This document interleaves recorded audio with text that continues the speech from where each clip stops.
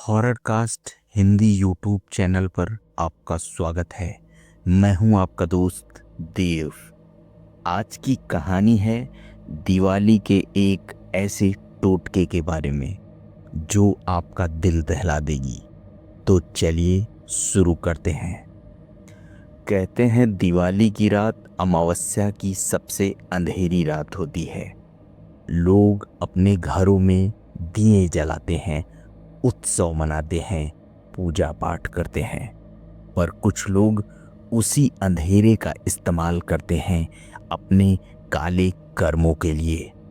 जी हाँ, आज मैं आपको ऐसी ही एक औरत की कहानी सुनाने जा रहा हूँ जो हर साल दिवाली की रात मौत का टोटका करती थी। उसके टोटके के बाद आसपास के गांव में कोई ना कोई मौत जरूर होती थी। यह कहानी है यूपी के शंकरगढ़ के एक छोटे से गांव भैरवपुर की, और उस औरत का नाम था कमला काकी। कमला काकी कभी गांव की सबसे सम्मानित औरतों में से एक थी। वो दाई थी, मतलब बच्चों का प्रसव कराती थी, उनके लिए औषधियाँ बनाती थी और बच्चों को मालिश और नज़र से बचाने के लिए ताबीज बनाती और उनकी झाड़ फूंक भी करती थी। इसलिए लोग उसे अम्मा भी कह के बुलाते थे, क्योंकि उसने अनगिनत बच्चे पैदा करवाए थे। यूं तो गांव में सब ठीक चल रहा था, लेकिन कुछ साल बाद उसके साथ एक ऐसा हादसा हुआ जिसने उसे हमेशा के लिए बदल दिया। उसकी पुण्य शक्तियों ने काल का रूप धारण कर लिया, जो अब सिर्फ मौत का खेल खेलने लगी। कमला काकी के पति की मौत उसकी शादी के 3 साल बाद ही बीमारी से हो गई। उसका एक ही बेटा था, नाम था माधव। बहुत ही चंचल, प्यारा और होशियार, कमला के जीने का सहारा। लेकिन कमला की खुशियों को जैसे किसी की नजर लग गई। उस दिन दिवाली थी। उसका बेटा माधव, जो उस समय 10 साल का हो चुका था, माँ को बिना बताए वो रात को पटाखे लेने बाजार चला गया। सड़क पार करते समय वो गाड़ी से हादसे का शिकार हो गया। कमला दिया जलाने के लिए उसका इंतजार करती रही, लेकिन वो नहीं लौटा।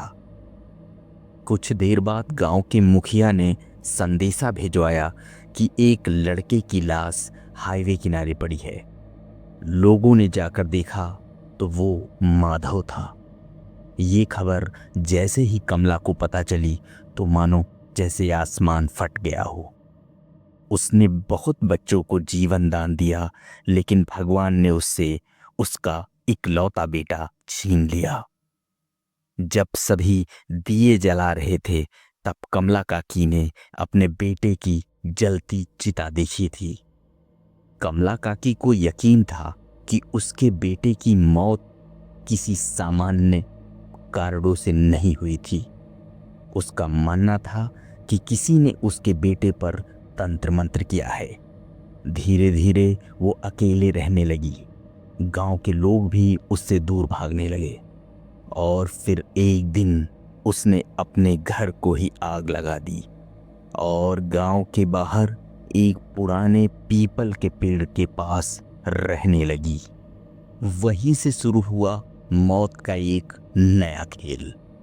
उसकी दैवी शक्तियां जो जीवन देती थी, वो अब अभिशाप बन चुकी थी। उसके बाद हर साल दिवाली की रात को कुछ अजीब घटनाएं होने लगी। रात के 12 बजते ही गांव के लोग अपने दरवाजे बंद कर लेते थे। कुत्ते भौंकने लगते और हवा में जैसे किसी बच्चे के रोने की आवाजें आने लगती। कमला काकी जैसे ही उसी पीपल के पेड़ के नीचे उस अज्ञात आवाज से बातें करने लगती, चीखती, चिल्लाती और बेहोश हो जाती। सुबह जब लोग बाहर निकलते तो गांव के बीच वाली सड़क पर नींबू, फूल और खून से सनी राख पड़ी मिलती। और उस दिन किसी न किसी की मौत हो जाया करती जो उस रास्ते से गुजरा होता।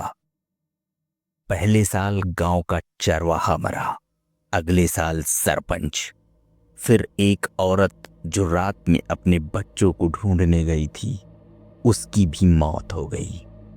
हर बार मौत तभी होती जब उस रास्ते पर ये टोटका रहता और नींबू, फूल और खून पड़े होते।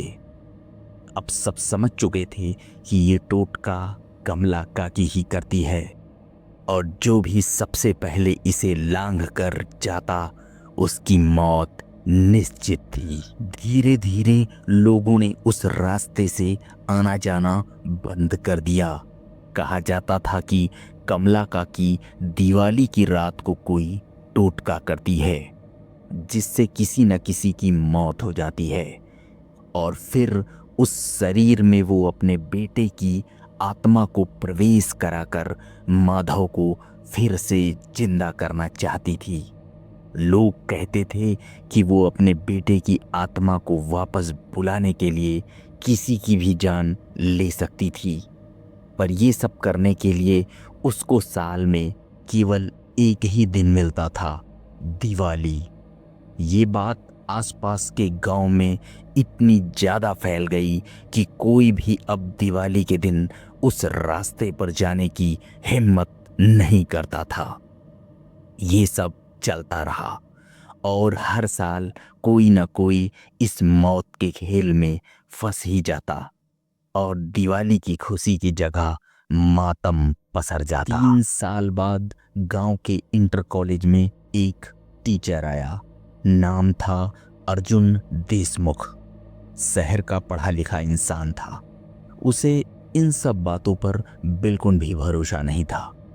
जब उसने गांव वालों से सुना कि दिवाली की रात को कोई टोटका करने औरत आती है तो उसे हंसी आ गई।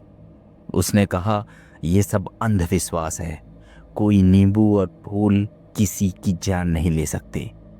गांव के बुजुर्गों ने बहुत समझाया कि मास्टर जी, विद्यालय तो बंद है, आपकी छुट्टी भी है, आप यहाँ से चले जाइए और अपने परिवार के साथ दिवाली मनाइए, क्योंकि यहाँ की दिवाली में मौत तांडव करती है। लेकिन मास्टर ने किसी की बात नहीं मानी। उसने ठान लिया कि वो इस टोटके का सच जानकर रहेगा और गांव वालों को इस अंधविश्वास से मुक्त करेगा। दिवाली की रात आ गई। लोगों ने डर के मारे दिन डूबने से पहले ही दिए जलाकर अपने घर के दरवाजों को बंद कर लिया था। पूरा गांव सन्नाटे की रोशनी में डूबा हुआ था और गांव के बाहर की सड़कें बिल्कुल अंधेरी थी। रात के करीब 12 बजने को थे। अर्जुन देशमुख यानी कि मास्टर जी टार्च लेकर उस रास्ते पर निकल पड़े। कुत्तों की भौंकने की आवाज के साथ झिंगुर की डरावनी आवाज मास्टर साहब को डराने लगी।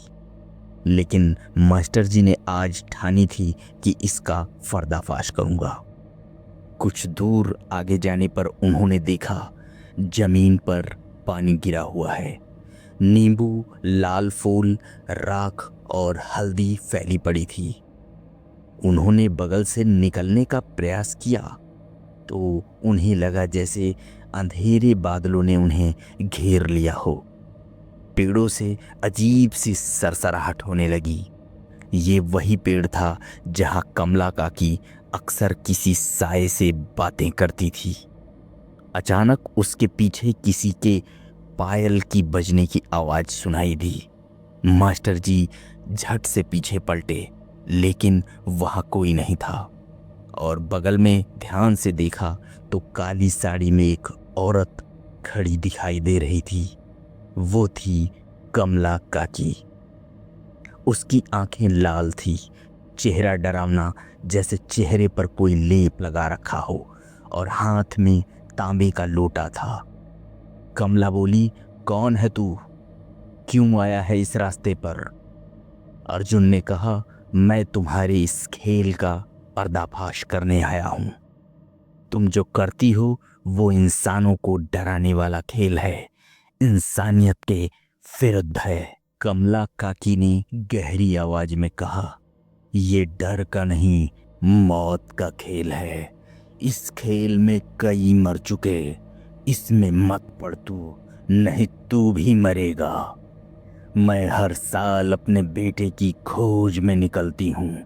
ये मौका मुझे साल में सिर्फ एक दिन मिलता है। इसमें बाधा मत बन तू।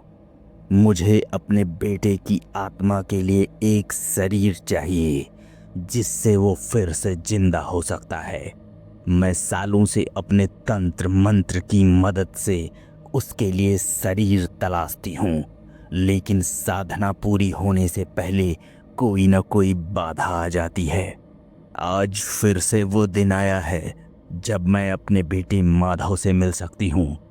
चला जा यहाँ से, चला जा यहाँ से। मास्टर ने कहा, तुम गलत कर रही हो।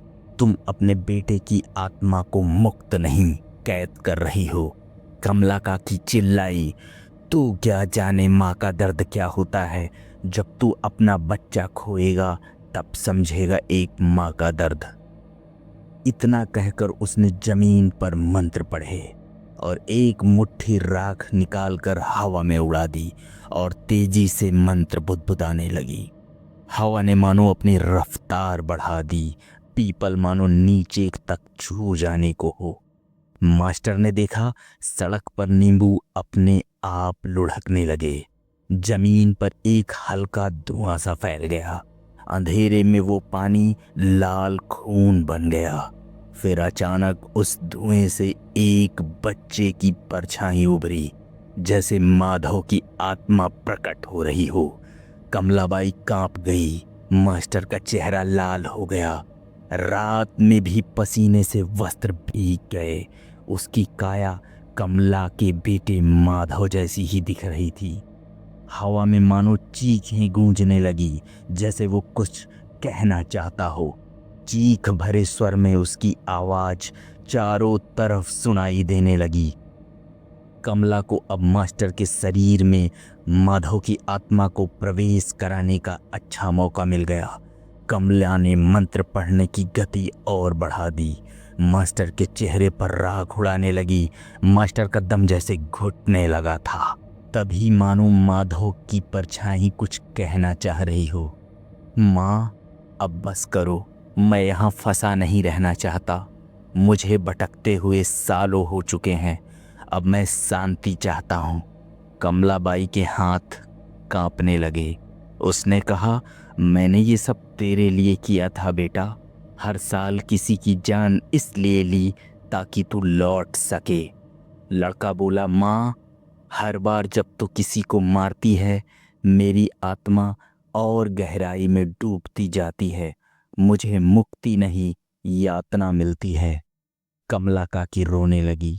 उसने सिर पर नींबू रखा और कहा, अगर मेरी जान जाने से तुझे शांति मिल सकती है तो आज मैं अपने आप को ही तुझ पर न्यौछावर कर दूंगी। उसने आंखें बंद की और मंत्र बुदबुदाने लगी। थोड़ी देर में मानो हवा का एक झोंका सा आया, भयानक रोशनी, और माधव की परछाई गायब हो गई। एक अजीब सन्नाटा। जब अर्जुन ने आंखें खोली तो खुद को उसी रास्ते पर गिरा हुआ पाया और उसने देखा कि कमला काकी भी बगल में जमीन पर बेसुध गिरी पड़ी हुई है और माधव का नाम बुदबुदा रही थी, बिल्कुल शांत, जैसे उसे आखिरकार चैन मिल गया हो।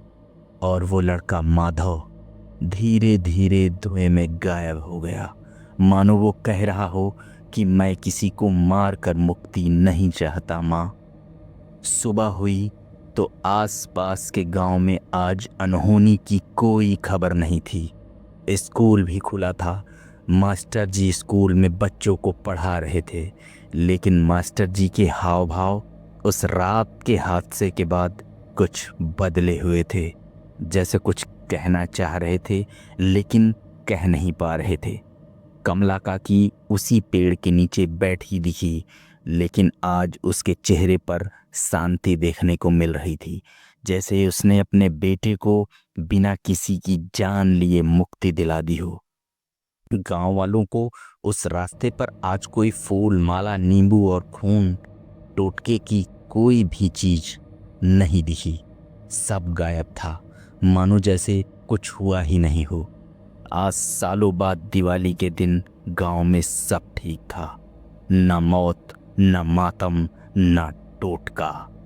लेकिन क्या माधव की आत्मा किसी शरीर में घर तो नहीं कर गई थी? ये किसी को नहीं पता। ये कहानी आपको कैसी लगी हमें कमेंट्स में ज़रूर बताइए, और ऐसी ही कहानी के लिए हॉरर कास्ट हिंदी चैनल को सब्सक्राइब करें। धन्यवाद।